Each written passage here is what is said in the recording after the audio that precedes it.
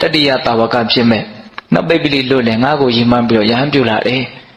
ငါထွက်ပြီးတော့ကြိုမယ်တဲ့။အဲမြတ်စွာဘုရားတော့ထွက်ကြိုပါနော်သူ့ရဲ့ဂုဏ်ကျေးဇူးသူ့ရဲ့နော်မြင့်မြတ်မှုဟာဘယ်လောက်ကြီးမားလဲဆိုတာဒါဘယ်ကနေစောင့်တော့ဆိုတော့နော်ဦးဇင်းတို့ဘဟုဗုဒ္ဓကညောင်မင်းဆိုတာရှိတယ်နာမည်ကြီးပေါ့နော်အဲ့ဒီညောင်မင်းအောက်ကနေပြီးတော့ထိုင်ပြီးတော့စောင့်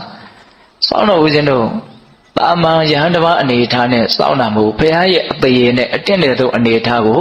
နော်ပြပြီးတော့စောင့်တယ်။ရောင်ကြီးတော်တွေလည်းကွန်မြူပြီးတော့ညောင်မင်းတစ်ပင်လုံးဟာရွှေကြီးတွေတုတ်ထားတယ်လို့ဝင်းနေတယ်လို့ဆိုတယ်။အဲ့ဒါအဝေးကမြင်လဲမြင်လဲရတော့ဒါငါရှိမှန်းပြီးတော့ပြုတ်ခဲ့တဲ့မြတ်စွာဘုရားဆိုတာဒါပဲလို့သူဆုံးဖြတ်ချက်ချနိုင်တယ်။ဟုတ်လား။အဲ့ဒီမှာအနားလဲရောက်ပြီလဲဆိုရောမြတ်စွာဘုရားကိုရှ िख ိုးဥချတာမှသူကမြင်ချင်းတစ်ခါရှ िख ိုးဥချတယ်တဲ့အဝေးကြီးတွေကစမနီးမဝေးအရာရတဲ့အခါတစ်ခါရှ िख ိုးဥချတယ်အနီးနားရောက်မှတစ်ခါရှ िख ိုးဥချတယ်အဲ့လိုရှ िख ိုးဥချပြီးတော့မြတ်စွာဘုရားဟာတပည့်တော်ရဲ့ဆရာပါတပည့်တော်ဟာမြတ်စွာဘုရားရဲ့တပည့်တာဝကပါဘယ်သူမှဒါဘုရားလို့ပြောရတာမဟုတ်ဘူးသူသိတာအဲ့လိုလုပ်ပြီးမြတ်စွာဘုရားကိုရှ िख ိုးဥချတော့မြတ်စွာဘုရားကဘာအမိန့်ရှိတုံးဆိုတော့နော်ခြေသားကတ္တပတဲ့သူ့ရဲ့အနွယ်ကကတ္တပမို့လို့နော်ကတ္တပအမျိုးအနွယ်မို့လို့ကတ္တပလို့ခေါ်တယ်တင်လိုပုဂ္ဂိုလ်တူတယောက်ရဲ့အခုလိုရှ िख ိုးဥချအယိုသေးပြုတာကိုနော်ငါဘုရားရှင်ကိုရမြတ်ကြီးမို့လို့ခံတိုက်တာမတိဘဲနဲ့တိတယ်မမြင်ဘဲနဲ့မြင်တယ်လို့ဝါကြွားပြီးတော့ပြောတဲ့ပုဂ္ဂိုလ်မျိုးကိုမြန်တင်ကသွားပြီးတော့ဒီလိုမြန်အယိုသေးပြုမယ်ဆိုရင်အဲ့ဒီပုဂ္ဂိုလ်ရဲ့ဥကောင်းဟာပြက်ကြလေရာဤတဲ့ဂုံကြီးလွန်းလို့ဟုတ်လားဒါပေမဲ့မြတ်စွာဘုရားကိုတော့မွေးညင်းပင်လေးတစ်ပင်ကိုတောင်မတုံလို့စေနိုင်ဘူးတဲ့ဒါလည်းတော်တော်စဉ်းစားရကောင်းတယ်နော်ဘုရားအယိုသေးပြုတဲ့ပုဂ္ဂိုလ်ကအရန်ကြီးကျယ်မြင့်မြတ်နေတဲ့အခါအယိုသေးအပြုခံမဲ့ပုဂ္ဂိုလ်ကနော်သူထင်ထားသလိုမျိုးဖြစ်နေဖို့အရေးကြီးတာပေါ့ဟုတ်လားအဲ့လိုမြတ်စွာဘုရားကအမိန့်ရှိတာအဲ့ဒါနဲ့အဲ့ဒီရှင်မကတ္တပရံမဖြစ်သေးဘူးရံပြုတ်ပေးတာကလည်းဒီသာသနာမှာအဲ့ဒီပြုတ်တဲ့နည်းနဲ့ပြုတ်တာအဲ့ဒီတစ်ပါးပဲရှိတယ်အေဟိဘိက္ခုလည်းမဟုတ်တိမ်ထဲမှာကဝါနဲ့ဖတ်ပြီးတော့ရံပြုတ်တာလည်းမဟုတ်ဩဝါဒပဋိက္ခဏယဟန်လို့စာရလို့တောင်းတယ်ဩဝါဒ၃ပါးပေးလိုက်တာနဲ့တော့ရံဖြစ်သွားတယ်ဒီတစ်ပါးပဲရှိတယ်အဲ့တော့ပထမဩဝါဒကဘာလဲဆိုတော့ခြေသားကတ္တပတဲ့ဒီသာသနာမှာမထေကြီးမထေလက်မထေငယ်ဘယ်လိုယဟန်ကိုပဲတွေ့ဟိတိဥတ္တပကိုရှေ့ရှုပြီးတော့ထင်စေပြီးတော့နေမယ်လို့သင်ကျင့်ပါတဲ့ဟိတိဥတ္တပဆိုတာအရှက်အကြောက်ပေါ့နော်ဘယ်လိုယဟန်ကိုပဲတွေ့အရှက်အကြောက်အာကြီးစွာနဲ့ရှင်းကပ်ပါအောင်ဒါကဘာကိုရည်ရွယ်ပြီးတော့ဒီအဆုံးအမဩဝါဒကိုပေးတာလဲဆိုတော့သူကအမျိုးဆက်အလွန်မြတ်တယ်အဲ့ဒီအမျိုးဆက်ကိုအမိပြုတ်ပြီးတော့ဖြစ်မဲ့မှန်ကိုတားဆီးတာအောင်သူရည်ခြင်းနဲ့သူရှိရနော်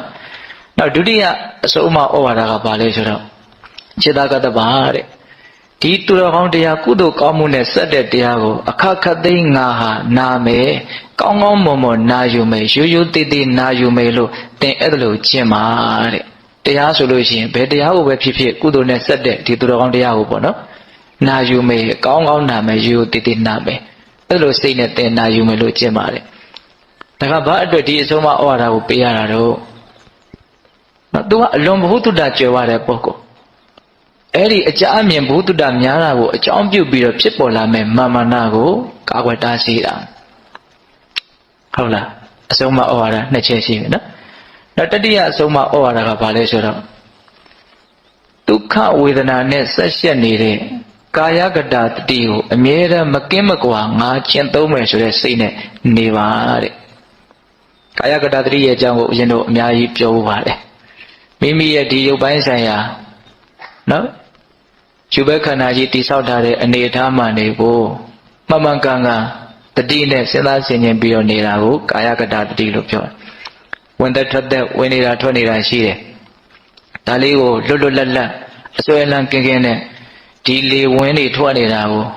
တယောက်ယောက်ကတယောက်ကိုကြည့်တယ်လို့မျိုးကြည့်ပြီးတော့သတိထားနေမယ်ဆိုရင်ခန္ဓာချက်တစ်မျိုးရှိတယ်ဒီဝင်လေထွက်လေဝင်လေထွက်နေတာကိုသတိထား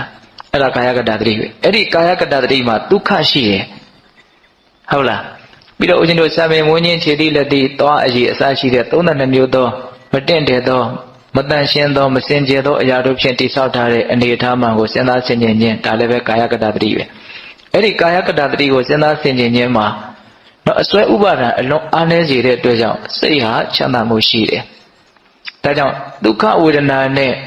နော်ဆက်နေတဲ့ဒီကာယကတတတိနဲ့အမြဲတမ်းငါနေမယ်ကာယကတတတိကိုဘယ်တော့မှမစွန့်ဘူးလို့အဲ့ဒီလိုကျင့်ပါတဲ့နော်ကာယကတတတိကိုမြတ်စွာဘုရားက